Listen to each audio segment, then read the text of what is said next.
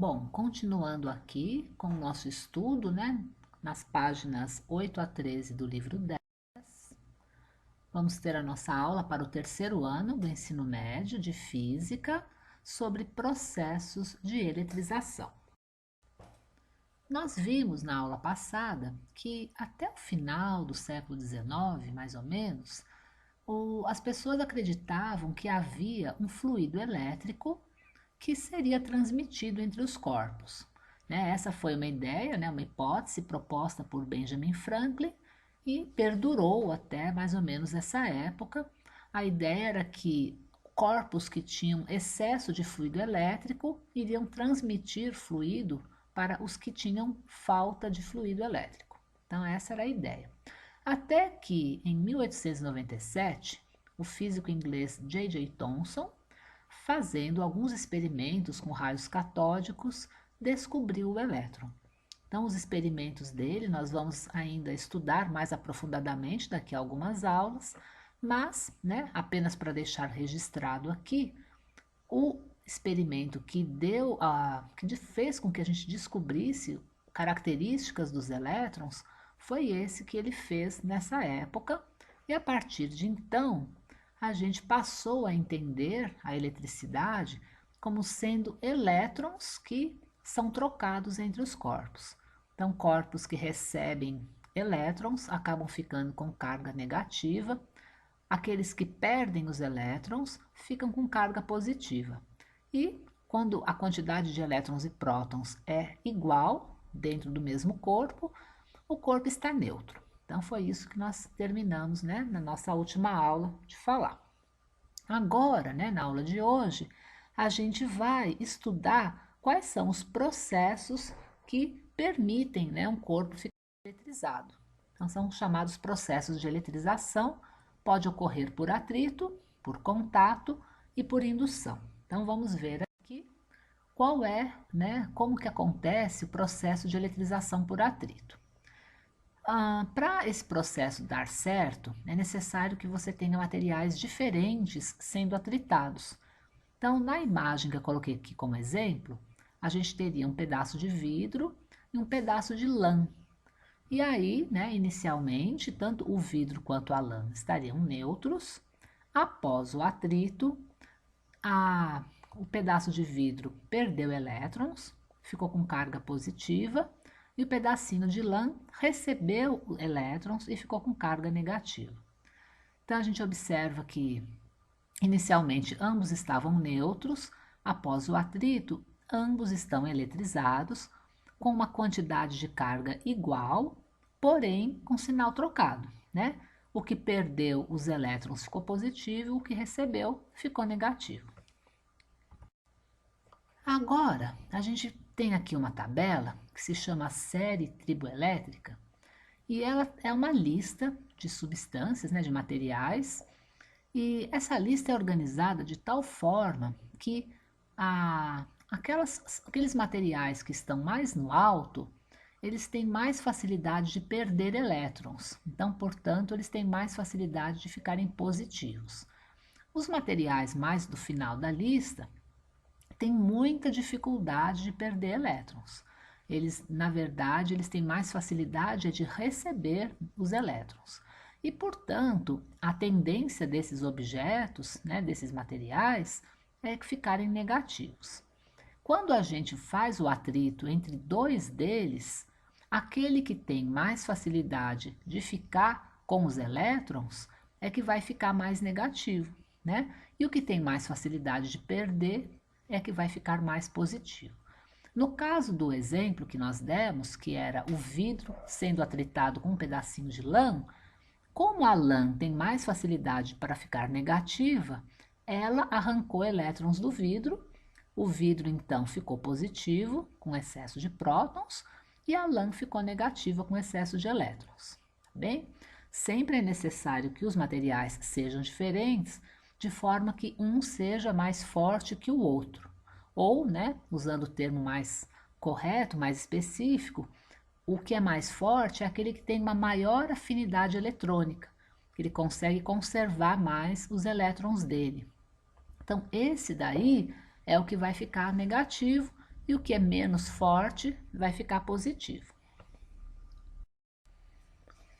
O outro processo que existe para eletrizar um objeto é por contato.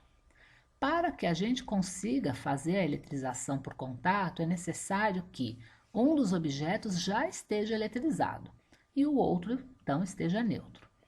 Aí, a gente coloca os dois em contato e o que vai acontecer é que elétrons de um corpo vão passar para outro.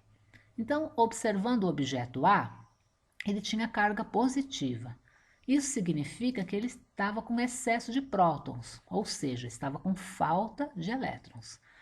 Para que a situação dele melhore, é necessário ele receber alguns elétrons para ir ficando mais equilibrado. O corpo que estava neutro, em contato com ele, vai transferir então alguns elétrons, de forma que, após o contato, o corpo A agora tem uma carga um pouco menor, ou seja, ele já conseguiu equilibrar um pouquinho mais a carga dele. Por outro lado, o corpo que estava inicialmente neutro e cedeu elétrons para o corpo A, esse acabou ficando positivo, né? Ele perdeu alguns elétrons, então ele acabou ficando positivo. Quando então terminou a interação entre eles, o que a gente observa é que a carga inicial que existia no nosso sistema, no caso era a carga que estava concentrada no corpo A, ela acabou sendo dividida, né, um pouco para cada um dos corpos. Nesse caso, né, a gente observa que a carga é a carga que o corpo A tinha inicialmente, e era uma carga positiva. Quando ela é dividida entre os dois corpos, ambos vão ficar com carga positiva, né? Cada um vai ficar com uma parte, a soma das duas partes tem que ser igual ao total inicial, que era o que o corpo A tinha. Nesse caso, que os dois corpos são do mesmo tamanho, eles vão dividir igualmente as cargas, né? Então, cada um vai ficar com metade da carga total que existia inicialmente, né? Somando ali, a gente tem que voltar a ter a carga inicial. Agora, muitas vezes, esse contato é feito por corpos que não têm o mesmo tamanho. E aí o que acontece é que o corpo maior, após o contato, vai continuar, né? Vai ter uma quantidade maior de carga em relação ao pequeno, tá bom? Mesmo que fosse o pequeno que inicialmente estivesse eletrizado, após o contato, o grandão vai ficar com uma quantidade maior de carga e o pequeno com uma quantidade menor. Essa quantidade é proporcional ao tamanho. Supondo que o grande fosse o dobro do tamanho do pequeno, então o grande ficaria com o dobro de carga do pequeno, né? E isso tanto faz, né, se a carga é positiva ou negativa. Então, no exemplo de cima, o corpo grande tinha excesso de elétrons, ele acabou transferindo um pouco desses elétrons para o corpo pequeno, enquanto eles estavam em contato. Terminado o contato, o corpo pequeno tinha alguns elétrons ali, né? E o corpo grande, a imagem não está mostrando isso, mas o corpo grande teria que ter diminuído um pouco da carga dele, né? De forma que o corpo pequeno tivesse recebido essa carga que o grande perdeu, tá bom? No caso de um corpo positivo, o corpo positivo significa que tem falta de elétrons. Ao entrar em contato com o corpo menor, que está neutro, esse corpo menor vai transferir um pouco de elétrons para o grande, de forma que o grande vai equilibrar um pouquinho a carga dele, mas o pequeno, que acabou cedendo elétrons para o grande, acaba ficando positivo, né? Porque afinal de contas, toda vez que se perde elétrons, a gente fica com excesso de prótons, e aí fica positivo. Então, o importante é vocês lembrarem que toda transferência elétrica é só de elétrons. Então, não importa se é o grande transferindo para o pequeno transferindo para o grande, mas essa transferência é de elétrons. Agora a gente vai analisar aqui como que funciona o aterramento, né? Para que serve isso? Então, imaginemos que a gente tem um corpinho pequeno e ele está com uma carga bem alta. E aí, a gente não quer que essa carga fique acumulada nesse corpo. Então, a gente vai colocá-lo em contato com um corpo grande. No nosso dia a dia, esse corpo grande, a gente utiliza a própria Terra, né? O planeta Terra é um corpo considerado muito maior do que a maior parte dos objetos que a gente tem aqui. Então, quando a gente tem um objeto que está muito eletrizado e a gente não quer que ele fique eletrizado, a gente quer neutralizar, a gente deve colocá-lo em contato com a Terra. Como a Terra é extremamente maior que esse objeto, ela vai acabar absorvendo praticamente toda essa carga, né? De forma que ela fique proporcionalmente, né, com uma carga muito maior que o objeto que era pequeno.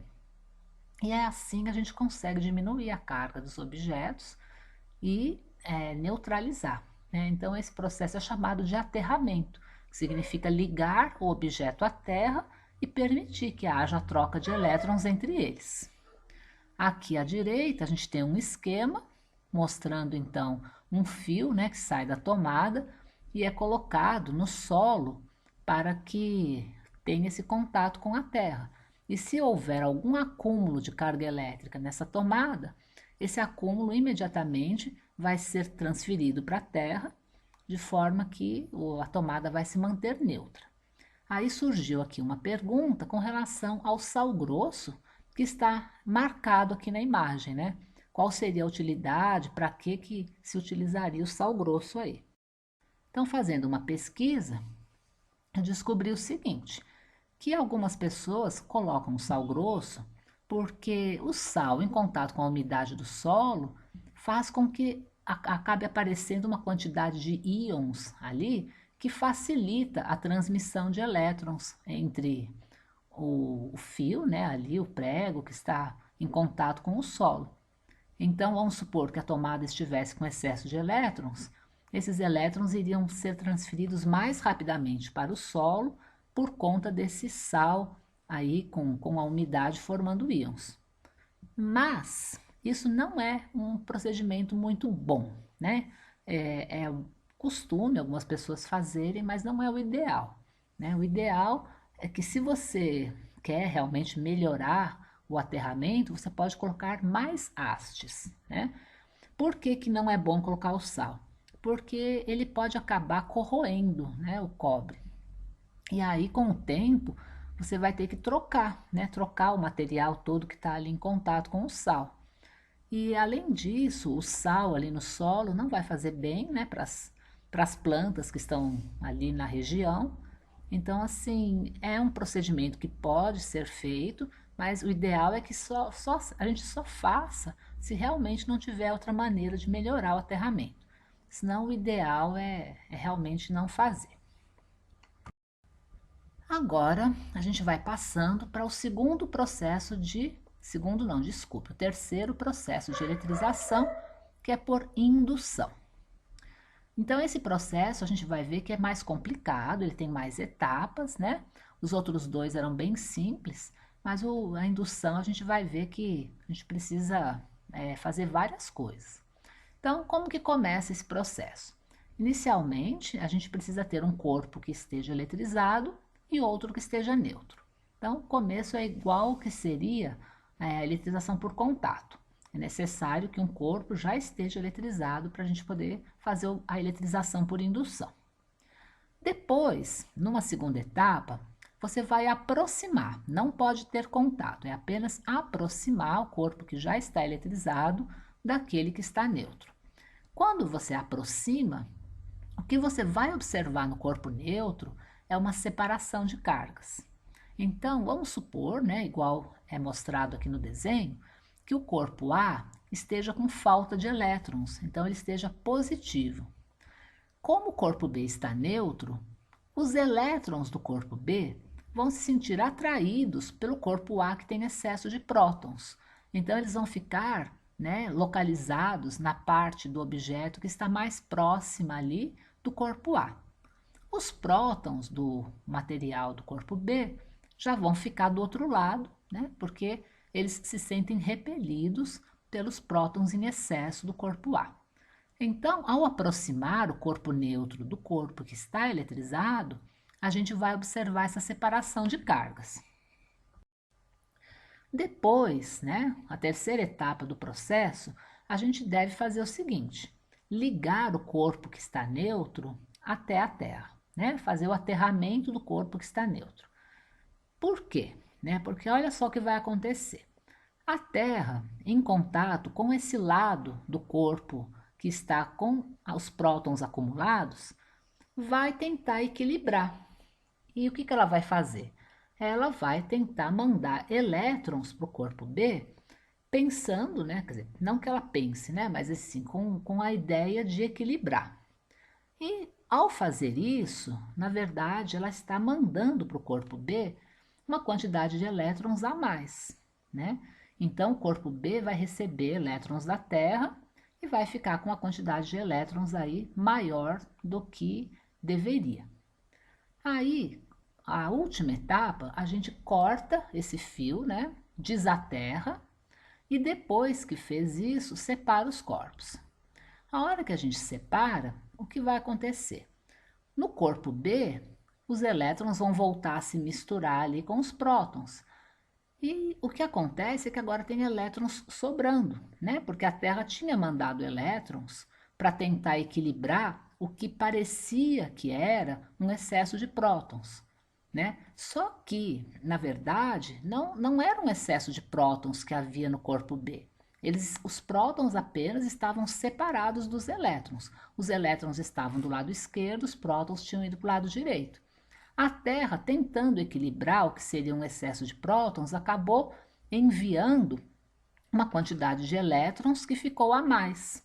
Então, a partir do momento em que a gente tirou o fio que conectava a Terra e separou os dois corpos, o corpo B ficou com esse excesso de elétrons e aí passou a ficar eletrizado com carga negativa.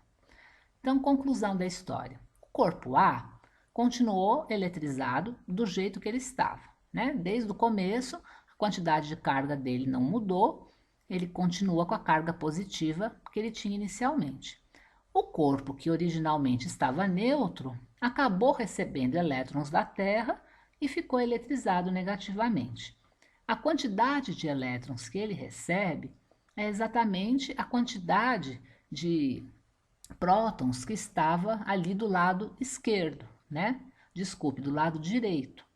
Então, ele vai ficar, no final das contas, com uma carga que seria equivalente à carga do corpo A, apenas com o sinal trocado, porque esses elétrons tinham subido da Terra na tentativa de equilibrar o que parecia que era um excesso de prótons, né? Que na verdade era apenas uma separação de cargas.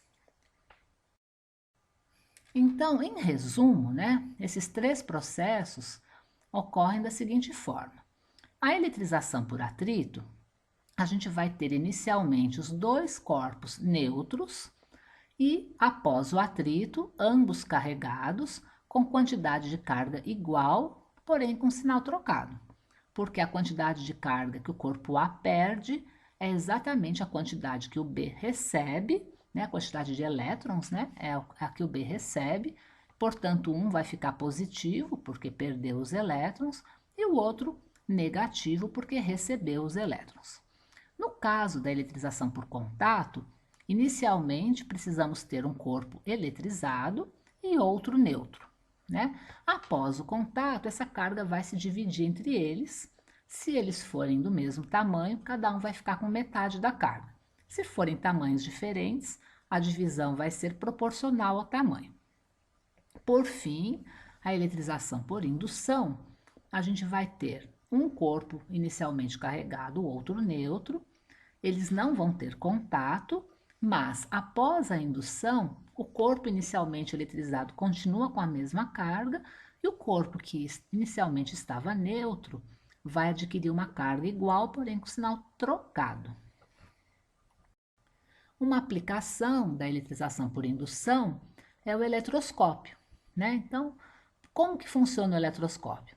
A gente tem uma garrafa, né, um recipiente, que no desenho aqui é um frasco de vidro, uma rolha, que precisa ser de um material isolante, passando pelo meio da rolha, a gente tem uma haste de material condutor, pode ser um metal.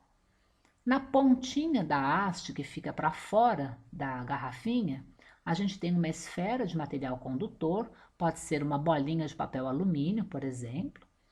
E do outro lado, né, na parte que fica para dentro da garrafa, na pontinha da haste, a gente coloca duas lâminas de material condutor, que também pode ser de papel alumínio. E aí a gente tem o nosso eletroscópio já montado. E para que serve isso? Serve para a gente testar se algum objeto que a gente está segurando está eletrizado. Então vou vir aqui para o lado da direita do desenho. Se a gente tem nesse nosso eletroscópio, né, e aproxima um objeto que esteja positivo da bolinha dele, o que vai acontecer? Todos os elétrons que estão na minha haste, né, que é feita de material condutor, vão se movimentar ali e vão ir para a parte de cima, né, da bolinha, para ficar mais próximos do meu objeto que está ali e que é positivo. Então você vai ter um deslocamento de elétrons para a parte de cima ali, né, se sentindo atraída por esse objeto positivo.